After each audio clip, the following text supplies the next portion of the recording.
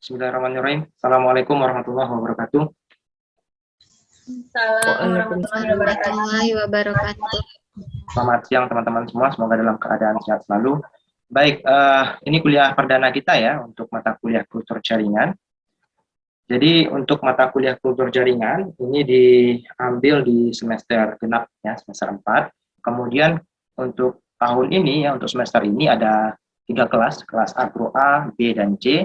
Dan pengampunya ada Prof. Irfan, ada Prof. Warnita, Bapak Gustian, Pak Beni, Ibu Dini, Pak Sutoyo, saya, dan Ibu Elara. Nah, khusus kelas B itu nanti akan diampu oleh Pak Gustian, Pak Beni, dan saya. Nah, untuk kuliah perdana selama kurang lebih 4 atau 5 kali pertemuan nanti dengan saya. Baik, hari ini kita akan sampaikan kontrak perkuliahan, terus nanti juga ada pemberian materi tentang ruang lingkup kultur jaringan dan peranannya di bidang pertanian. Ya. Nanti teman-teman kalau ada yang mau bertanya, boleh langsung menginterupsi supaya kuliahnya enak ya. Jadi teman-teman tidak harus menunggu saya menyuruh bertanya. Kalau ada materi yang tidak paham di slide tertentu, misalnya langsung saja interupsi dan tanyakan. Kita sampai saja. Baik, saya akan sampaikan deskripsi mata kuliah kultur jaringan. Di mata kuliah kultur jaringan ini, nanti kita akan diskusikan bersama-sama tentang peranan kultur jaringan di bidang pertanian, apakah itu di bidang agronomi untuk perbanyakan, kemudian di bidang pemulihan tanaman, ilmu benih dan proteksi. Kemudian kita juga akan diskusikan tentang tahapan pelaksanaan kultur jaringan dan fasilitas apa saja yang dibutuhkan, laboratoriumnya, peralatannya, dan lain sebagainya. Kemudian kita juga akan diskusikan tentang tipe-tipe kultur jaringan, ada kultur meristem, kultur kalus, kultur haploid, kultur biji, dan kultur embrio. Kemudian kita juga akan bahas tentang metode regenerasi plantlet, baik secara langsung maupun tidak langsung, melalui organogenesis somatik, melalui embriogenesis somatik maupun melalui organogenesis. Kemudian kita juga akan bahas tentang aplikasi kultur jaringan untuk perbaikan genetik tanaman. Kemudian ada materi tentang konservasi secara in vitro, apakah jangka pendek, jangka menengah, maupun jangka panjang. Dan kita juga akan bahas tentang aklimatisasi, yaitu proses adaptasi dari plantlet menjadi bibit untuk dipindahkan ke lapangan. Oke, lanjut. Slide saya ada jalan ya. Jalan Pak. Oke, untuk capaian mata kuliah ya. Yang pertama diharapkan mahasiswa memahami peranan kultur jaringan di bidang pertanian, di bidang agronomi, pemulihan tanaman, ilmu benih dan proteksi. Kemudian yang kedua, mahasiswa diharapkan memahami tahapan pelaksanaan kultur jaringan dan fasilitas apa saja yang dibutuhkan. Yang ketiga, mahasiswa diharapkan memahami tipe-tipe kultur jaringan, ada kultur meristem, kultur kalus, kultur haploid, kultur biji, dan kultur embrio. Yang keempat, mahasiswa diharapkan memahami metode regenerasi plantlet ya, baik secara langsung maupun tidak langsung, melalui organogenesis maupun melalui embriogenesis somatik. Yang kelima, mahasiswa diharapkan memahami aplikasi kultur jaringan untuk perbanyakan dan perbaikan genetik tanaman. Yang keenam, mahasiswa diharapkan memahami teknik konservasi secara in vitro, dan selanjutnya tentang aklimatisasi. Nah, jadi diharapkan setelah nanti teman-teman mengambil mata kuliah ini, teman-teman sudah bisa memahami manfaat kultur jaringan di bidang pertanian. Untuk apa saja ya. Ya, siapa tahu nanti ketika lulus dari mata kuliah ini tertarik untuk mendalami riset tentang kultur jaringan. Oke, ini rencana pertemuan kita ada 16 kali ya. 14 pertemuan itu materi ya, materi. Kemudian ada 2 pertemuan nanti untuk UTS dan UAS. Ya. Yang pertama, pekan pertama kita akan bahas tentang kontrak perkuliahan dan pendahuluan. Pekan kedua, kita akan bahas tentang peralatan laboratorium, seperti apa alat-alat yang dibutuhkan untuk teknik kultur jaringan, bagaimana sterilisasinya seperti apa, nah itu juga akan dibahas di pekan kedua ini. Kemudian di pekan ketiga kita akan bahas tentang preparasi dan komposisi media nutrisi untuk kultur jaringan. Karena banyak ya, banyak medianya, tergantung jenis tanamannya. Pekan keempat kita akan bahas tentang tipe explant dan preparasi explant, apa saja jenis explant yang bisa digunakan dan bagaimana tahapan sterilisasinya. Pekan kelima kita akan bahas tentang perbanyakan in vitro, mikropropagasi dan tahapan mikropropagasi. Pekan ke-6 kita akan bahas masuk ke tipe kultur jaringan. Ada 3 yang dibahas di pekan ini, yaitu kultur meristem, kultur ujung tunas, dan kultur embrio atau embryo rescue ya, untuk penyelamatan embrio. Pekan ke-7 kita akan bahas tipe kultur jaringan. Ada kultur mikrospora, ini untuk memproduksi tanaman dihaploid ya, dihaploid. Kemudian kultur kalus dan kultur suspensi sel, dan kultur biji.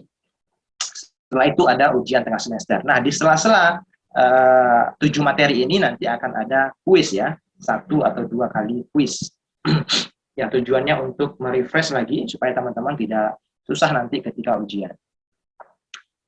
Pekan ke-9 kita akan bahas faktor lingkungan yang berpengaruh terhadap keberhasilan kultur jaringan. Di sana ada ruang kultur, kemudian ada faktor-faktor fisik lainnya yang mempengaruhi. Pekan ke-10 kita akan bahas sistem regenerasi tanaman, baik secara langsung maupun tidak langsung.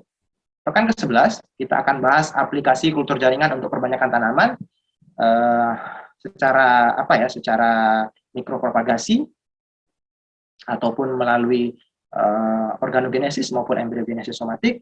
Kemudian pekan ke-12 kita akan bahas tentang aplikasi kultur jaringan untuk perbaikan tanaman, ada keragaman somatonal, ada kultur haploid. Mungkin yang lain nanti juga kita akan bahas seperti mutasi in vitro maupun transformasi dan genome editing sedikit ya. Nah, materi transformasi dan materi genome editing itu bisa lebih didalami di mata kuliah bioteknologi. Kemudian pekan ke-14 ya, kita akan bahas tentang konservasi in vitro. Ada 3 yang dibahas di sini. Ada konservasi jangka pendek, konservasi jangka menengah, dan konservasi jangka panjang atau kriopreservasi. Pekan ke-15 kita akan bahas tentang aklimatisasi, bagaimana teknik aklimatisasi, media yang digunakan, tahapannya, dan faktor-faktor penentu keberhasilan aklimatisasi. Nah, ini penting ya. Pengetahuan tentang proses aklimatisasi sangat penting. Jangan sampai nanti ketika di kultur jaringan, di kultur in vitro, di skala laboratorium kita berhasil, tetapi nanti ketika dipindahkan ke lapangan malah mati semua. Nah, itu tentu kita harus punya pemahaman dasar tentang aklimatisasi. Pekan ke-16 kita akan ujian akhir semester. Baik, ini ada 16 kali pertemuan. Mudah-mudahan tidak ada kendala sehingga kita bisa menyampaikan semua materinya dengan baik. Oke. Masih kelihatan slide saya karena di sini jaringannya agak bermasalah. Masih, Pak. Oke, untuk kontrak perkuliahan ya. Nah, ini supaya kuliah kita sesuai dengan aturan akademik yang berlaku, kita harus mentaati peraturan yang ada di lingkungan Fakultas Pertanian dan lingkungan Universitas Andalas ya. Peraturan-peraturan akademiknya. Kemudian untuk pakaian, meskipun kita kuliahnya daring, tetapi diharapkan teman-teman tidak menggunakan kaos oblong ya. Kalaupun mau menggunakan baju kaos, boleh kaos berkerah atau yang lebih bagus juga menggunakan kemeja. Nah, ini kehadiran 75% ya. Jadi ini tolong teman-teman diwanti-wanti, jangan sampai lebih dari 25% ketidakhadirannya. Karena nanti akan indisipliner, teman-teman tidak bisa mengikuti ujian, otomatis nilainya akan bermasalah di akhir. Nah, kemudian untuk keterlambatan ya, saya minta 15 menit ya teman-teman, baik untuk mahasiswa maupun untuk saya, 15 menit. Kalau seandainya saya tidak masuk lebih dari 15 menit dari jadwal yang ditentukan, mohon nanti teman-teman kontak saya, siapa tahu saya lupa atau ada dempet dengan kegiatan lain sehingga kita bisa mencari jadwal pengganti ya. Nah, ini harus dilakukan supaya nanti tidak ketinggalan materinya. Tapi diingatkan, tapi saya prioritaskan untuk kuliah ya, diprioritaskan untuk kuliah. Begitu juga dengan untuk teman-teman, mohon tidak terlambat 15 menit supaya kita kuliahnya enak. Oke, lanjut. Nah, untuk penilaian, karena sistem kita adalah SCL ya, Student Center Learning, teman-teman diharapkan aktif dalam perkuliahan. Metode kita ada 2, ada PBL, Program Project Based Learning, dengan Case Based Learning ya, CBL dengan PBL. Nah, jadi di sini memang diharapkan teman-teman lebih aktif. Nah, teman-teman bisa lihat dari beban penilaiannya ya. Partisipasi mahasiswa itu 5%, kemudian untuk praktikum 30%. Ya.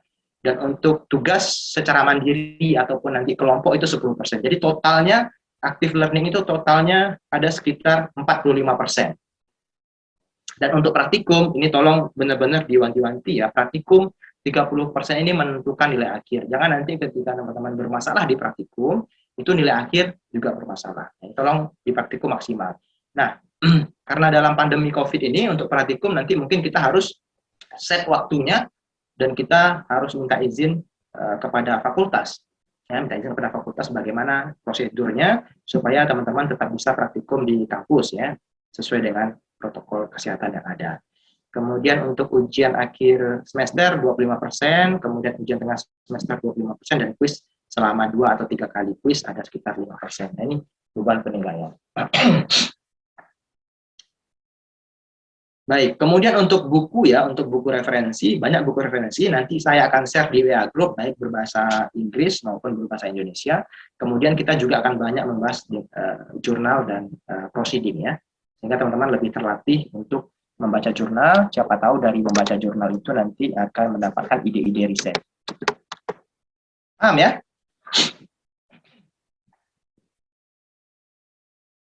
Halo? Paham, Pak. Ada yang ragu? Ada yang mau ditanyakan? Dipersilahkan.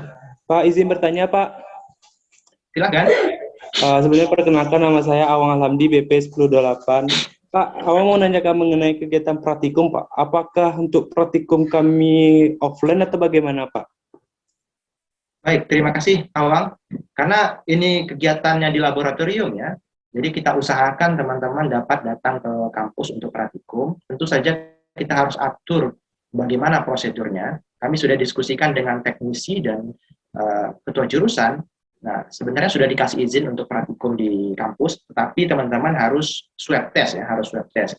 Dan kami juga sudah koordinasikan dengan Rumah Sakit UNAN, dan Rumah Sakit UNAN bersedia untuk memfasilitasi swab test ya, gratis.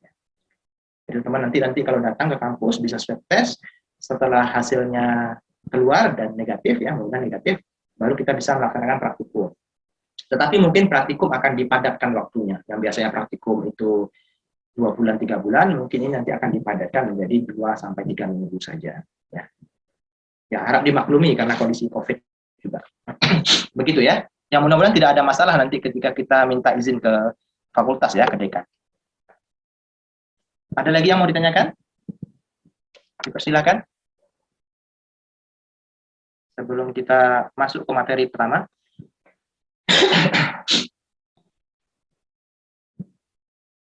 Oke ya.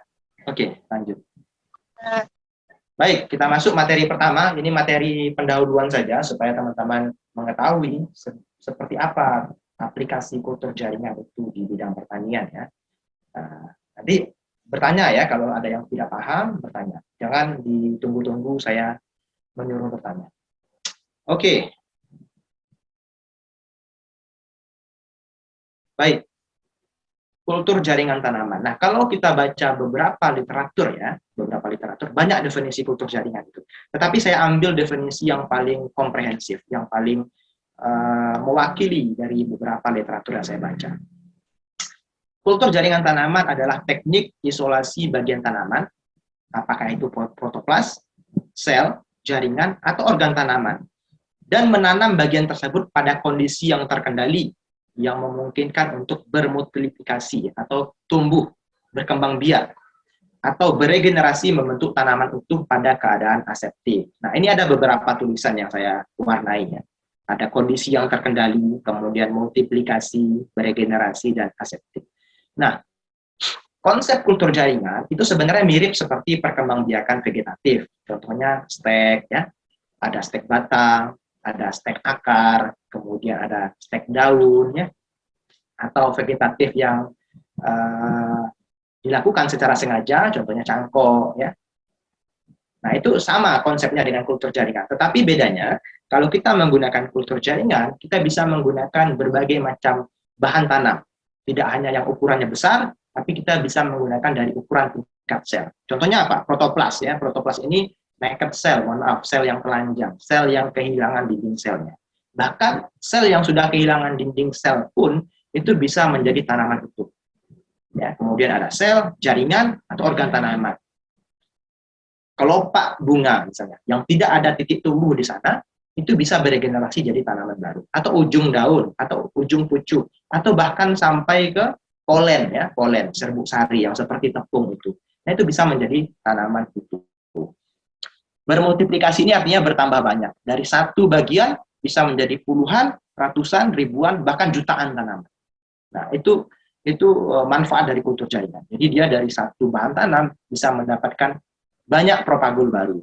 Kemudian beregenerasi, ya, dari sel yang belum terdiferensiasi, yang masih berbentuk seperti butiran-butiran atau masih dalam bentuk aslinya, masih seperti daun, masih seperti cabang, masih seperti bunga, itu bisa beregenerasi membentuk tanaman baru, ya. Kemudian aseptik. Aseptik ini artinya steril, ya. Steril tidak dalam artian mandul, ya. Steril dari mikroba, dari mikroorganisme, bebas virus, ya, terutama virus, bebas bakteri, jamur, dan nematoda. Nah, ini contoh gambarnya, teman-teman, ya. Jadi biasanya kalau kita nanam tanaman itu di media tanah, di dalam pot. Nah, kalau kultur jaringan kita nanamnya di media agar atau di media yang ada nutrisinya. Nah, ini contohnya, ya, di dalam botol, ya, dalam botol boleh kaca, boleh plastik, tetapi plastiknya plastik yang tahan panas, atau dalam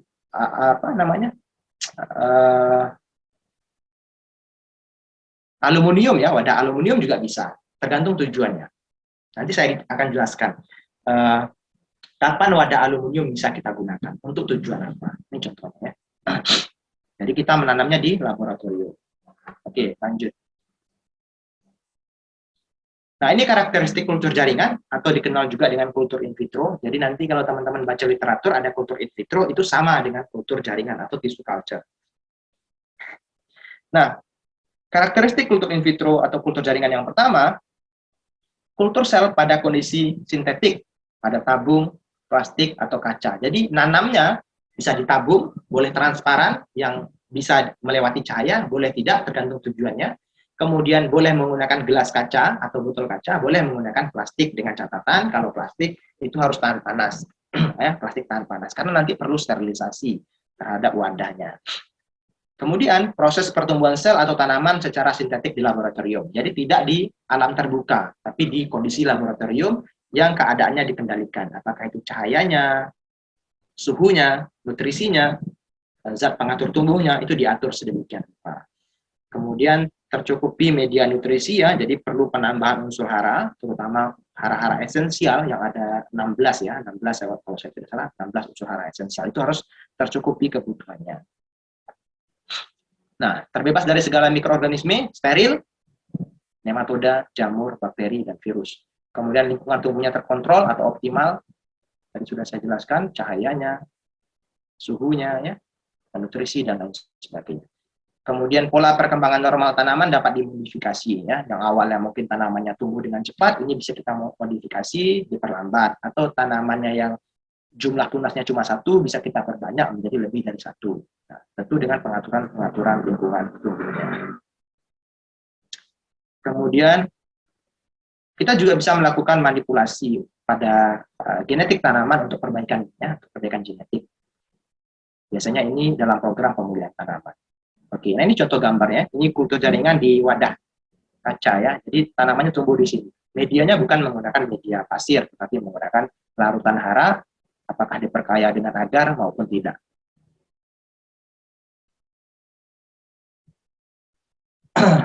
Oke, lanjut. Secara umum, kultur jaringan itu berdasarkan pada teori totipotensi sel. Nah, apa itu teori totipotensi sel? Teori totipotensi sel itu menyatakan bahwa setiap sel tanaman mampu tumbuh dan berkembang menjadi tanaman lengkap jika diletakkan pada media dan lingkungan yang sesuai untuk dia tumbuh. Nah, ini contoh gambarnya, ya. Teman-teman lihat di gambar pojok kiri, itu adalah gambar yang namanya kalus, ya.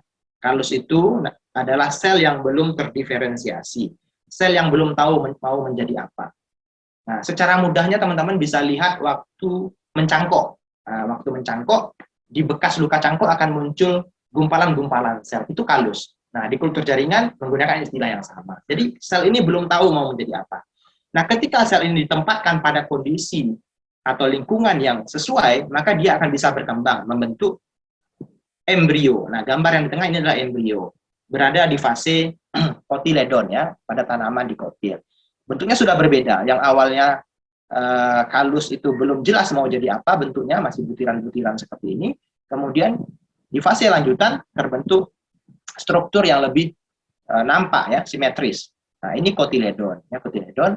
Kemudian kalau kotiledon ini nanti akan berkembang lagi membentuk kecambah, akan berkecambah. Nah, kecambah nanti akan berkembang membentuk bibit. Jadi prosesnya sama seperti pembentukan embrio pada gamet ya, pada gamet. Jadi ketika terjadi proses, kalau kita ingat-ingat lagi, ketika terjadi proses polinasi, penyerbukan, kemudian fertilisasi, pembuahan, terbentuk zigot, zigot berkembang menjadi globular, globular berkembang terus menjadi kotiledon dan akhirnya menjadi bibit. Nah, proses itu sama persis seperti pembentukan embrio pada kultur jaringan. Mirip. Oke, lanjut. Nah, mengapa harus mempelajari kultur jaringan tanaman? Nah, apa tujuannya? Nah, ini sedikit ya, sedikit tujuan dari kultur jaringan atau peranan kultur jaringan. Nanti teman-teman kalau baca literatur mungkin akan mendapatkan lebih dari ini. Ini secara garis besar saja, yang umum-umum saja yang saya sampaikan. Yang pertama untuk tujuan komersial ya, untuk propagasi, untuk perbanyakan, untuk menghasilkan bibit dalam jumlah banyak yang tidak tergantung musim ya, yang sifatnya sama. Nanti kita akan lihat bibit apa saja yang sudah sukses orang memperbanyak melalui kultur jaringan. Kemudian untuk menghasilkan senyawa metabolit sekunder. Nah, kita tahu ada tanaman-tanaman yang menghasilkan metabolit sekunder yang digunakan biasanya untuk biofarmaka, contohnya ginseng ya. Kemudian contoh lain seperti gaharu yang diambil gubalnya, minyak atsirinya, atau mint, macam-macam ya, tanaman-tanaman yang menghasilkan metabolit sekunder untuk biofarmaka. Kemudian kultur jaringan untuk tujuan riset dasar. Nah, ini untuk mempelajari penyerapan nutrisi misalnya, atau untuk mempelajari fungsi dari hormon tertentu. Nah, itu juga bisa di kultur jaringan ini. Nah, yang paling banyak digunakan orang ya, itu adalah untuk tujuan breeding ya, pemuliaan tanaman, menghasilkan bibit unggul. Ini bisa untuk konservasi, untuk memelihara plasma nutfah supaya tidak punah.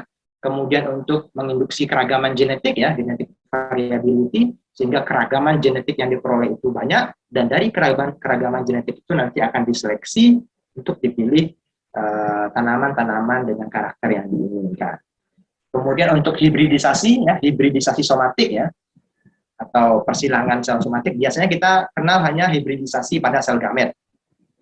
Jantan dan betina kita kawinkan, menghasilkan turunan baru. Tetapi dengan kultur jaringan kita bisa melakukan hibridisasi somatik atau nama lainnya fusi protoplas. Dua sel tubuh itu bisa kita gabungkan menjadi satu sel baru dengan sifat kombinasinya. Kemudian untuk seleksi in vitro, nah, yang biasanya kita sering melakukan seleksi, teman-teman saya kira sudah ngambil mata kuliah pemulihan tanaman ya, dasar pemulihan tanaman. Biasanya kita melakukan seleksi di lapangan, memilih tanaman di lapangan langsung, yang arealnya luas. Nah, kita bisa memanfaatkan kultur jaringan untuk seleksi in vitro. Seleksi in vitro. Kemudian untuk tujuan selanjutnya adalah tujuan perlindungan tanaman. Ini terutama untuk eliminasi virus ya pada tanaman-tanaman umbi, kentang, ubi jalar. Nah, itu untuk memproduksi bibitnya supaya bebas virus itu selalu menggunakan kultur jaringan di generasi awal. Silakan beberapa slide ini kalau ada yang mau ditanyakan, ada yang kurang paham boleh bertanya.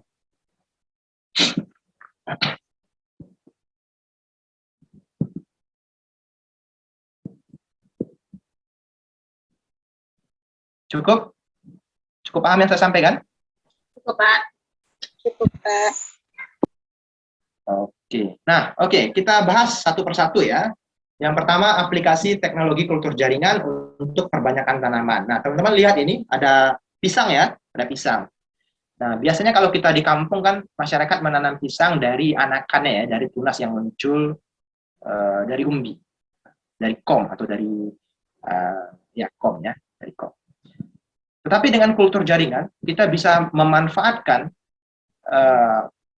umbi tadi, ya, umbi, kom tadi, sebagai explant dan kita bisa menghasilkan banyak bibit. Nah, kalau satu pohon biasanya cuma satu atau enggak, paling banyak 10 ya, 10 tunas yang muncul. Tapi kalau kita menggunakan teknik kultur jaringan, kita ambil umbinya atau jantung pisangnya, kemudian kita kulturkan, maka kita bisa menghasilkan sejumlah bibit yang banyak ya, bisa puluhan, ratusan, bahkan ribuan. Ini contohnya ya. Nah, waktunya cepat ya, waktunya cepat dan tidak tergantung musim.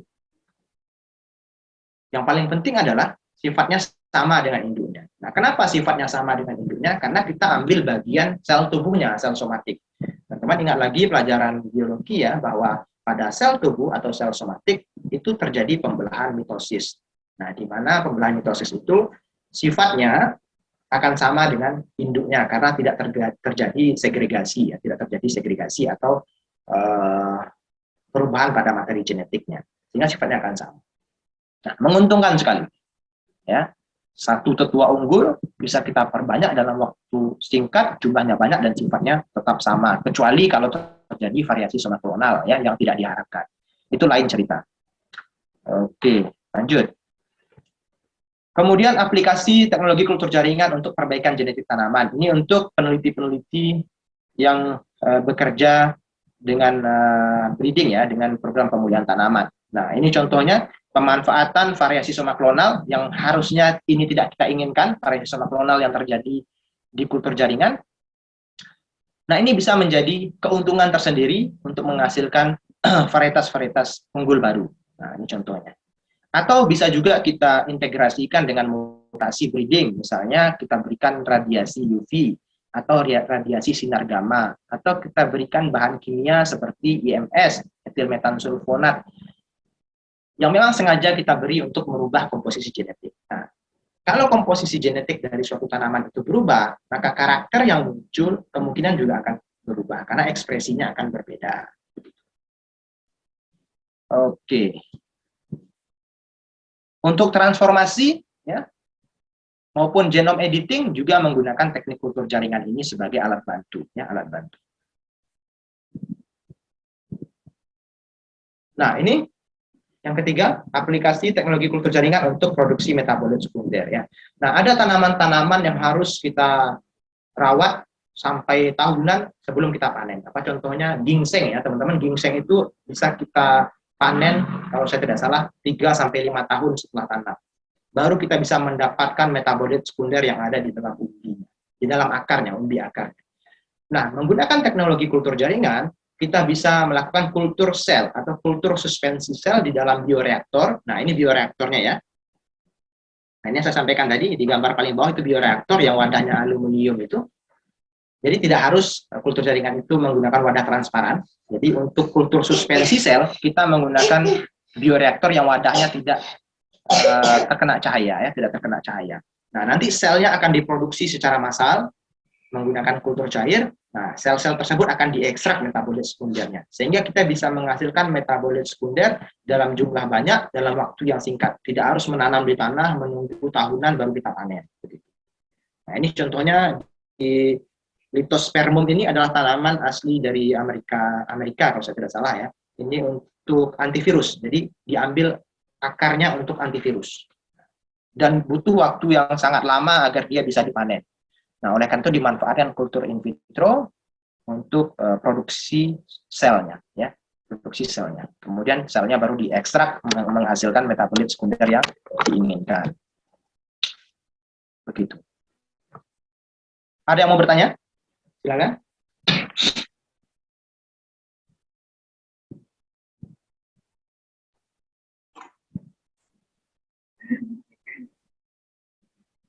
Pak, izin nanya. Oke, silakan.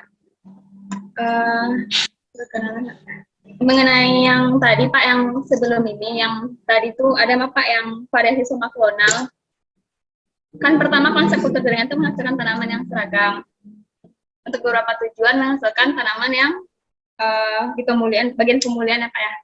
Itu yang kata Bapak tadi itu yang dikasih sinar gamma atau mungkin di permainan di ZPT, itu yang dikasih perlakuan explant-nya atau medianya atau gimana Pak? Oke, good. Pertanyaannya, terima kasih Mela. Jadi tujuan awal kultur jaringan, kalau untuk perbanyakan kita ingin bibit yang seragam. Oleh karena itu kita tidak menginginkan adanya variasi yang muncul. Apakah itu variasi akibat variasi somaklonal maupun akibat mutasi ya. Nah, tetapi di bidang pemulihan tanaman, keragaman itu kita inginkan. Nah, keragaman itu kita inginkan. Bisa kita induksi, misalnya dengan pemberian zat pengatur tumbuh tertentu yang memicu pembelahan sel tidak terkendali. Akibatnya saat duplikasi kromosom terjadi kesalahan, terbentuk keragaman genetik yang baru. Contohnya biasanya apa tuh Pak?